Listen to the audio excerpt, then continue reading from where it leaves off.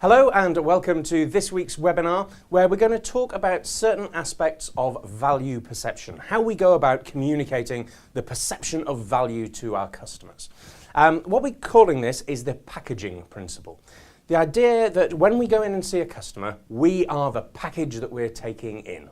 We, with all of our kit, all of the caboodle that we take along to a sales call or in any sort of sales environment, that is the package. And we're going to talk about how we can communicate the best possible sense of value through the packaging principle. So, where does this fit? Well, as those of you who have been through the single sales principle program know, ensuring value perception fits right at the very end of the sales process. After we have demonstrated our proposition to our customer, what we need to do is make sure that they really understand, appreciate the value that we're offering them. It's about ensuring value perception. That in their minds, they see the value of what we're offering to them. It's about the link between the price and the compelling need and the credible solution. And it's the perceived value line. We need to make sure that they see the value in what we're offering. Now, there's a very good reason why it comes right at the very end of the process, because the idea is we don't really talk about price until right at the very end of the process. We get them to the point, hopefully, where they're biting off our hands to get hold of the product or service that we're offering to them. And so maybe we don't need to do a lot of work in that area. But if we do, if we get to the end of the process and they're teetering around on the edge and they're not quite sure whether it's offering value to them or not, then we use what we call the 5 value tools to make sure that the perception of value is what we want it to be. So the 5 value tools, which again, if you've been through the single sales principle program, you'll know all about, are anchors and concessions and deadlines, decoys and freebies. All of these are techniques by which we can make sure that the value perception in the customer's mind is where we want it to be. Now, the reality is the sense of value that we take into a customer will actually come through the entire sales process. From the moment they meet us, from the moment we walk in, through to when we leave the meeting, when we leave that particular piece of interaction. We, and everything we take in with us, are part of the value perception that is being delivered. So that's the aspect of it that we're going to look at as part of this webinar. We call it the packaging principle. And the reason we call it the packaging principle is that in packaging, in retail environments, in FMCG, for example, there is a huge amount of research done, a huge amount of money expended, and effort expended, and time lost to designing beautiful packages. And there is a reason for that, because these guys know that the look and feel of the package that is on the shelf in the store will make a fundamental difference to how people perceive the value that is being offered to them. And if they see that as being really, really important, then actually they are communicating a sense of value through it. So let me give you an example of that. Over here we have a can of Pepsi, the standard can of Pepsi. And there'd be a huge amount of work having gone into that over the years in terms of the font and the color and the shapes and so on. What does that communicate? Pepsi have now launched a new product, or in the process of launching a new product. It's just landed live in the States. And what they call it is 1893 Cola, the original cola. And the idea is, through changing the packaging, through changing the imagery associated with it, it's not the standard mainstream Pepsi brand, it is a premium offering. And the advertising that they're putting out, which if you Google it, you can see examples of this. The advertising that they're putting out is sort of set in wine cellars, and it's a sommelier tasting the cola and all of that sort of stuff. And it's incredible. It is a boldly blended cola. The idea of it just being a normal cola is not true. And the reason they've put so much effort into the way that they're going to present this through advertising and the way that they're going to present this through the look and feel of the product is that ultimately they're going to go out into the market, and on a per mil basis or per fluid ounce basis in the US, they're going to be charging about 3 times as much for this product as they are for the standard cola. So if they're going to do that, if they're going to try and persuade customers that there is value in delivering 3 times as much money into Pepsi's hands by buying something else, then they're going to have to work on the packaging around it as part of the idea of, do you know what, it's worth it. People judge books by their covers, whether we like it or not. We do that with products when we go into stores. What does it look like? What does it feel like? And so on. And they do it with us. When we go into a sales call, they are going to judge a book by its cover as well. Whether we like it or not, whether it's conscious or not, it happens, and we need to deal with that. One of the perceptions is we shouldn't judge a book by its cover. That's one of the great phrases, isn't it? We shouldn't judge a book by its cover. It's unfair. And do you know what? There's really good reasons why that phrase is true. However, in a sales environment, when we are turning up to see a customer, when a customer approaches us in a retail environment or whatever that connection tends to be, actually, it's fair enough to judge a book by its cover. We do judge a book by its cover. Because actually, if you're talking about books, a great deal of research goes into the design of covers of books. That's why in Waterstones or any of them leading retailers, when you see the massive piles of books spread across tables, there are a huge range of different covers, all trying to communicate different messages and saying, pick me, I'm worth it. That's why books have covers. That's why they're not just bland fonts on the front, because they want to communicate that it's worth buying this particular book. In a sales environment, the same thing is true. We should have made the effort, just as the book publisher should have made the effort, to look right, to communicate the right message to people. And if we don't do that, if we don't make those sort of efforts, our customers, quite rightly, will judge us for that. And if they make the wrong judgment, or the judgment we don't want them to make about that, it will change the value perception in their minds. It will change what they think about what we're offering them. So it's really, really important to make sure that the cover of the book, us and our product and everything we take in there, is dealt with in the right way. So we talk about this in terms of the 3 P's of the packaging principle. People, product, and presenter, which is a bit of an old school piece of terminology, but I'll try and update that and make it as refreshing for the older guys who are used to the old-fashioned presenters, as well as more meaningful for those of you who have no idea what I'm talking about when I talk about presenters. So let's dive into these 3 areas. The first one is people. You as a person going in there are communicating a value message to somebody. And if you say to somebody, what actually is a salesperson? What does a salesperson look like? Unfortunately, in a lot of cases, they're going to come up with something like this. A bit overly groomed, a little bit too much Brill cream in the hair, a little bit too smart with a powerful tie on and a loud jacket and all of that sort of stuff. That is a bit of an expectation about salespeople, what they're really like. And unfortunately, you do still see a lot of people who look like this in a sales environment all over the place. It communicates a message, and it's not a message of real intrinsic value that you're communicating through doing this. It's, oh my God, this person's going to try and get one over on me. So we need to be really careful with that. But even if you are not dressed like this already, there are certain things about the way you present yourself, the way that you physically look and appear to other people, that will change the perception of what you are offering. And I'm going to go through the 5 senses, 4 in particular. One of them we'll kind of skip over because it's not particularly relevant on a person-to-person basis, I don't think, in a sales environment. I've yet to see it. We'll go through 4 of these in detail and talk about how those perceptions are actually generated. So the first one of these is sight. And by sight, what I mean is, what is that very first impression when somebody sees you for the very first time? It makes a huge difference. So I'll give you an example of that. What about this guy here? Now this guy here, you will, whether you like it or not, have created a subconscious impression of this individual based on the way that he looks, based on the way he's holding himself, based on his stance and so on. Likewise, if I show you this guy, you will see that actually, although it's the same guy, a different impression is created in your mind because of his stance, because of the way that he's dressed, because of the way he's holding himself, etc., etc. So if that's the case, we know that actually these first impressions are absolutely vital. And if we make the wrong first impression, we've got a lot of work to do to catch up and get it back to where we want it to be. I've fallen into this trap. I'll give you an example of one that I genuinely don't think was strictly my fault, although you can be the judge of that. I had 2 sales meetings on one particular day, one in the morning, one in the afternoon.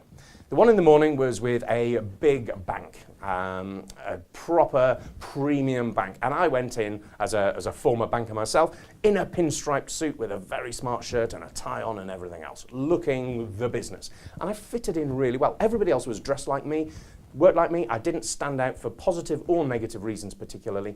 It worked.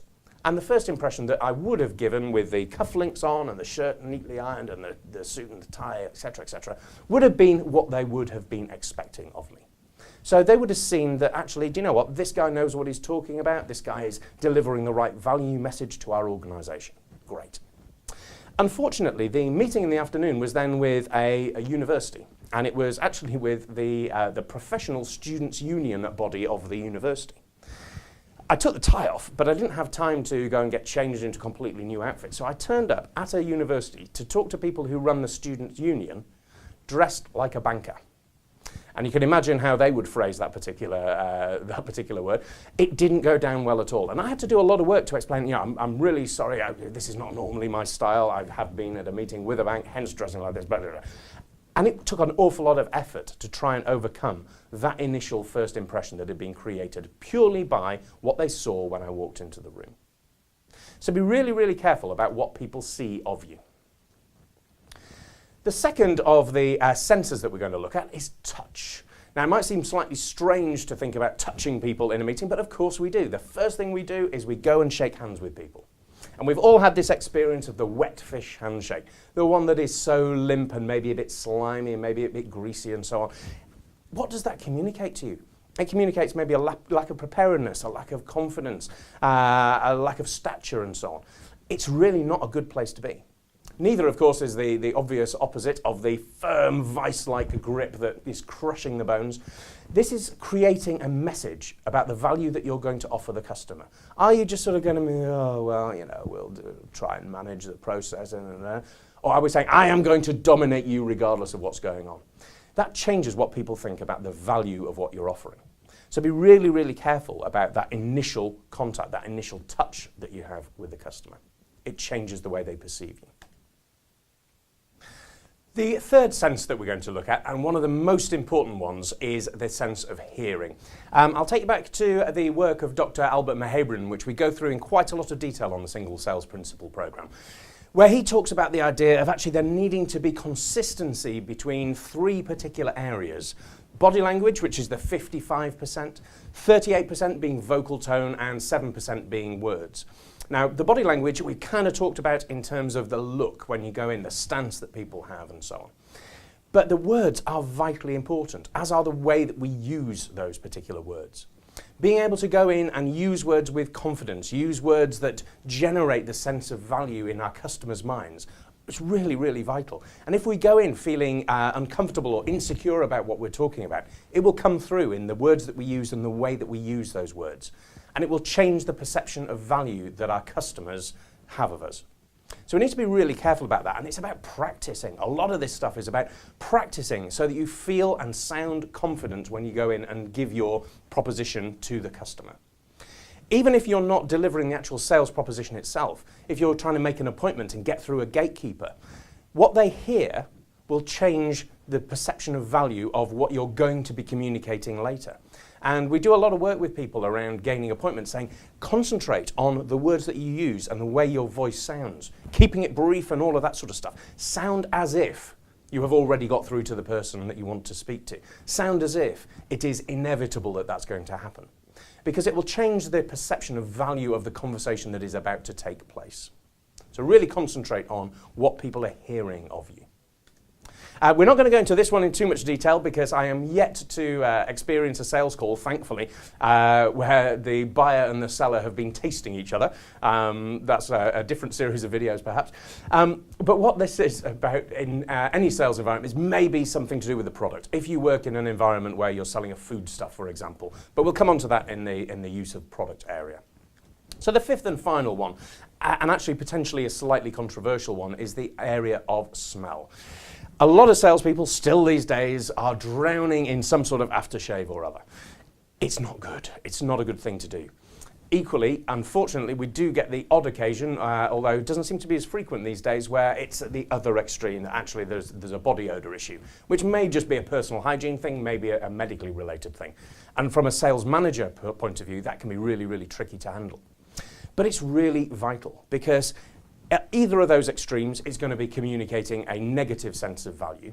But we also need to be aware that actually if there's any significant smell around a person, it's going to communicate some sort of message to the other person. In NLP terms, that is an anchor. Our sense of smell, our olfactory sense, is an anchor. And it might remind people of certain things they've heard about or situations they've been in the past. And if that's the case, we don't know what those are going to be. Are they going to be good? Are they going to be bad? So the best thing to do is just stick to being pretty neutral on this. Be open with other people, challenge them about it, but actually be open about yourself and say, do I look all right? Do I smell all right? Before you go into a sales call. It changes the perception of value that you have. The second P of the packaging principle stands for product. It's about the use of product, how we take in a particular item to a customer, be it a representation of a service or a physical product itself, and use that product in the sales environment. I'm going to illustrate this with a rather traumatic story from many years ago when I worked in Dublin for Procter & Gamble.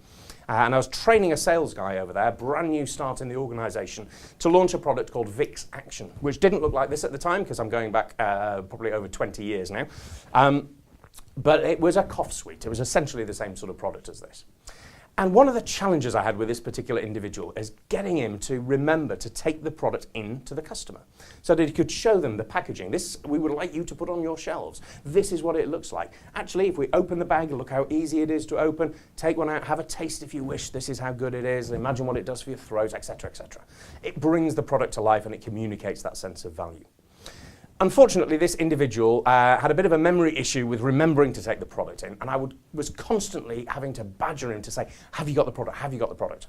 And one day, one deep, dark winter's day in the centre of Dublin, we were turning up for a sales call. Right, Tony, don't forget to take the product in with you. Please don't forget to take it in with you. No problem, he said, no problem, I've got the product, no problem at all. He walked up to the sales manager of this particular store in Dublin and said, we're launching this new product, it's a new cough sweet, would you like to try one? At which point he pulled out a range of sweets loose from his deep overcoat pocket with various bits of fluff and other sundry detritus in there. And I just fell through the floor. It was awful. What sort of premium message was being communicated about this product with a guy in a long overcoat offering you a sweetie in the store? It was just horrific. If that's an extreme example, though, there are lots and lots of practical examples of where this sort of stuff can go wrong. In Dragon's Den, for example, you will often see people going in, doing a pitch for investment in their business, and then demonstrating the product and it not working. We have to test and practice with all of this sort of stuff. Again, an example from my days at Procter & Gamble, we bought Tam Brands, who make Tampax, many, many years ago. And when that was done, we as salespeople going out and selling this stuff had to get used to and comfortable with the product, which as a fairly young bloke at the time was an unusual experience and quite a challenging experience. But we had to get comfortable with it, and we had a specific way of demonstrating the product, which involved a big silver briefcase that you opened up and the usual vial of blue water that you'll all remember from the ads for this particular product, into which you put the product and you saw what happened with it, and you put competitors' products in, and you talked about the differences and the challenges and the benefits and the features and all of that sort of stuff as well. Being able to use the product comfortably, being practiced at it and being slick at it will change the value perception of your customer. And if it does that, then you will be more comfortable about asking for the order, about getting the deal done, because you have the confidence and you're demonstrating the confidence to the other person. So that's what we mean by the product aspect of the packaging principle. The third and final of the P's is about the presenter. This is the old word, the old school word that I mentioned right at the very beginning. Again, going back to those Procter & Gamble days, we actually had physical presenters. It was a ring binder, a leather ring binder with a company logo on the front, and you put in various inserts into the middle to flick through and show the customer, and leaflets and brochures and leave behinds and all of that sort of stuff. It was great in the sense that everything was there and it was all going to work, except for the human aspect of it. And one of the things we were coached and trained on repeatedly was actually physically how to hold this thing. How to hold this thing in a way that meant, A, when you're flipping over the pages, they don't then fall back and it looks a little bit inefficient and a little bit unslick. And try to avoid, which I will admit I was guilty of on a number of occasions, everything falling out onto the floor. Being able to use the presentation equipment that you take into a sales call is as important as being able to use the product and demonstrate the product. In the modern world, most organisations have moved away from this, which some may think is a bit of a shame. There are great advantages to this sort of low-tech version. They've moved to this sort of high-tech version of laptops and iPads and tablet computers, all of that sort of thing. And the number of times I've seen this going wrong is just off the scale. Again, you need to practice, you need to get comfortable with the technology if you're going to show it in front of a customer. Because if you're not, and something goes wrong, and you're not sure how to handle it, you're not sure how to fix it, it is just completely going to undermine not only your credibility, which we talk about a lot as part of this program, but it's going to undermine the sense of value that's being offered. Because if the organisation, and if you as a representative of the organisation, can't present your material well and efficiently, well, what's going to go on with everything else that you're offering? Is it really going to be good value? The worst example I've ever seen of this, and I really felt for the guy because it's happened to us all from time to time, but again, a fairly extreme example, was a guy standing up to present at a conference. And unfortunately, it was actually an IT presentation. It was a presentation about some new technology that the organisation was offering. And he stood up at the front of the conference, changed the socket so that his laptop was presenting onto the screen, at which point his computer decided to do a Windows update. And we all know how long those things take. So after a little bit of time with people sitting uncomfortably, we called a coffee break. People went out for coffee. About half an hour later, people back in the room. It's just about ready to begin. And do you know what? The value of what he was about to talk about, in terms of what was a great new technological initiative for the organisation, had been dramatically undermined by something as simple as not checking it first. I've done this as well. I remember doing a presentation skills training course to a group and talking about, you need to make sure you test the equipment before you start and all of this sort of thing. I then showed them a film and the sound didn't work because I hadn't set up the speakers properly. I was using a new set for the first time and had forgotten to test it. We're all guilty of it, but we need to minimize that by using our presentation equipment as efficiently, as slickly, as smoothly as possible to really demonstrate the idea of value that we're delivering. So those are the 3 Ps of the packaging principle. Making sure that as an individual person, we are in the right place and communicating the value message that we want to communicate. Making sure that the way we use the product and the product that we take in and the interaction that the customer has with the product communicates the right sense of value. And finally, that any presentation equipment, the presenter that we take along with us, is something that we're comfortable with using, we're slick and efficient with using, and it looks good and communicates the right sense of value to the customer. So thank you very much for listening to this webinar. As usual, please do get in touch with us about questions regarding this one, questions regarding previous ones, what you would like to see from us in the future, and I look forward to seeing you on the next webinar in a week's time. Thank you very much.